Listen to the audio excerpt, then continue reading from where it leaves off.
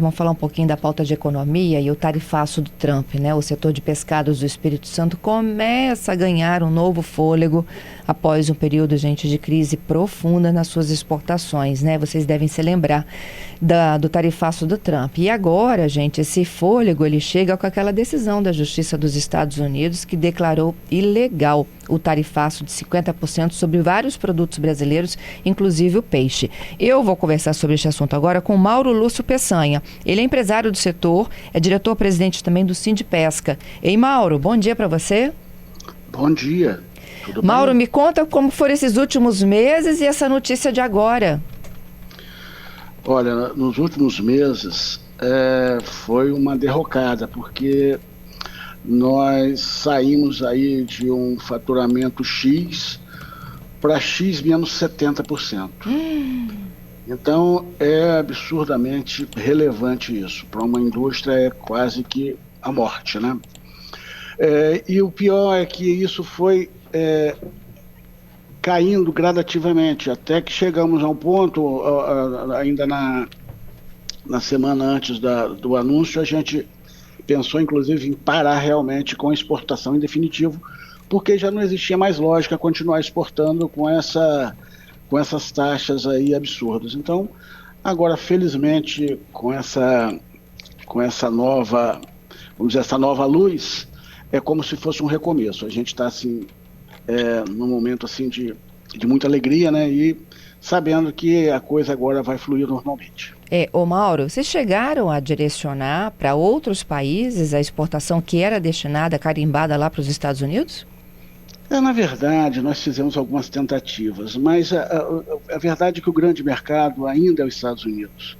Então, os outros mercados, eles conseguem pinçar alguma coisa, né? Mas a gama de produtos que os Estados Unidos recebe, nenhum país consegue fazer dessa forma, a não ser a Europa, que poderia realmente nos trazer esse alento. Porém, a questão da Europa é um pouco mais complicada, porque nós não podemos exportar para a Europa, estamos fora desse mercado desde 2017. Então, a verdade é que a linha de produtos que se produz no Brasil, ela tem uma direção certa, que é o mercado internacional dos Estados Unidos. Entendido. Bom, e aí, diante desse cenário, o que você fez? Você reduziu suas equipes? Na verdade, houve uma redução natural, porque não teria como ser diferente, mas o que a gente alavancou um pouco mais o mercado nacional, né? A gente ampliou um pouco mais o mercado nacional e, vamos dizer assim, estamos sobrevivendo, ou sobrevivemos até ontem, né? E agora temos um novo horizonte aí pela frente. Uhum. Então, essa tarifa reduzida, ela tem validade também, não tem? Na verdade, são 150 dias, mas acredito eu que não haverá mais nenhuma ruptura com relação a isso. Ela inclusive, ela deverá, esses 10% talvez até caiam, né? É possível, né? Ela foi reduzida para 15 ou para 10? Me tira essa dúvida. Para 10? Para 10. Entendido. Hoje, Itapemirim é o maior polo, né, de concentração de pescado do Espírito Santo? Sim, os grandes pescadores, né, os grandes armadores estão aqui nessa região. Uhum. E que tipo de peixes vocês exportam para os Estados Unidos? Bom, na verdade, os produtos mais consumidos nos Estados Unidos são dourado, cavala, badejo, garopa, cioba,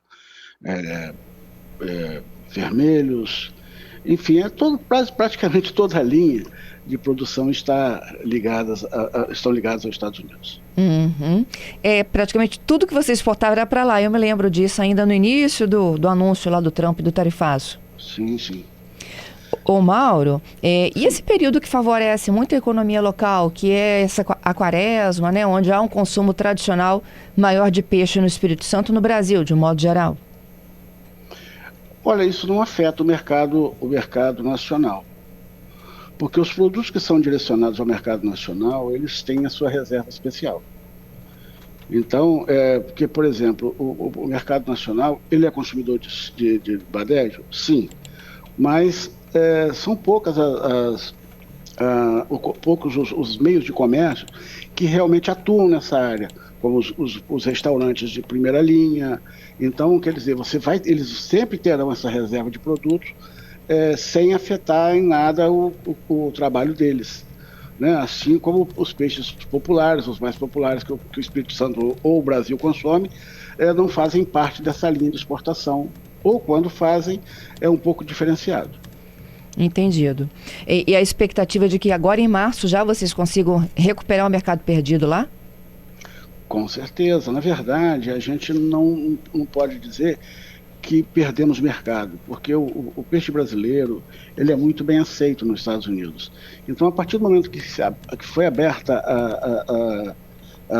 a queda, quando aconteceu a queda do tarifácio, a gente já começou a trabalhar. Então, quer dizer, hoje nós já estamos nos mobilizando, já estamos começando a produzir aqui uma produção já direcionada para eles, mesmo porque nós fazemos isso via aéreo. Então, aconteceu a produção hoje, descarregamos a embarcação, processamos na indústria, embarcamos no avião e mandamos. Quer dizer, fazemos hoje, embarcamos amanhã, no dia seguinte vai estar nos Estados Unidos já praticamente na mesa do consumidor. Mas estavam em menores proporções, né? Como você me disse, que caiu 60%? Sim, com certeza.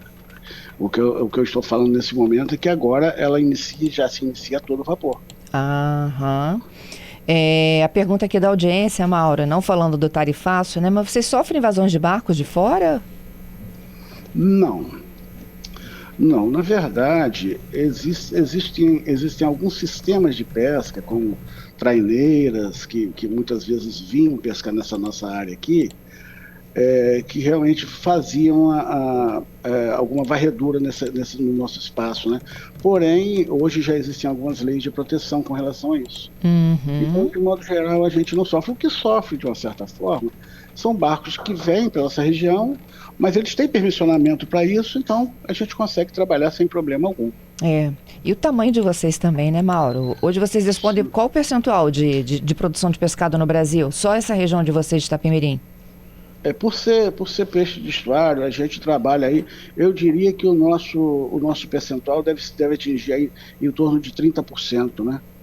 Do 30%? Isso. Do pescado produzido no Brasil? No Brasil, porque na verdade o que acontece? Você tem as embarcações, que como elas são imigrantes, migrantes na verdade, elas podem trabalhar a nível de Brasil, algumas têm permissionamento para isso, então muitas embarcações nossas aqui, elas trabalham, por exemplo, no Ceará, outros trabalham no Rio, então, quer dizer, você tem assim uma gama de embarcações que trabalham em torno do Brasil. E isso realmente assim dá um diferencial muito grande. Entendido. Ô Mauro, tô feliz com a notícia, viu? Sucesso para vocês, hein? Obrigado, viu? Um abraço. Um abraço.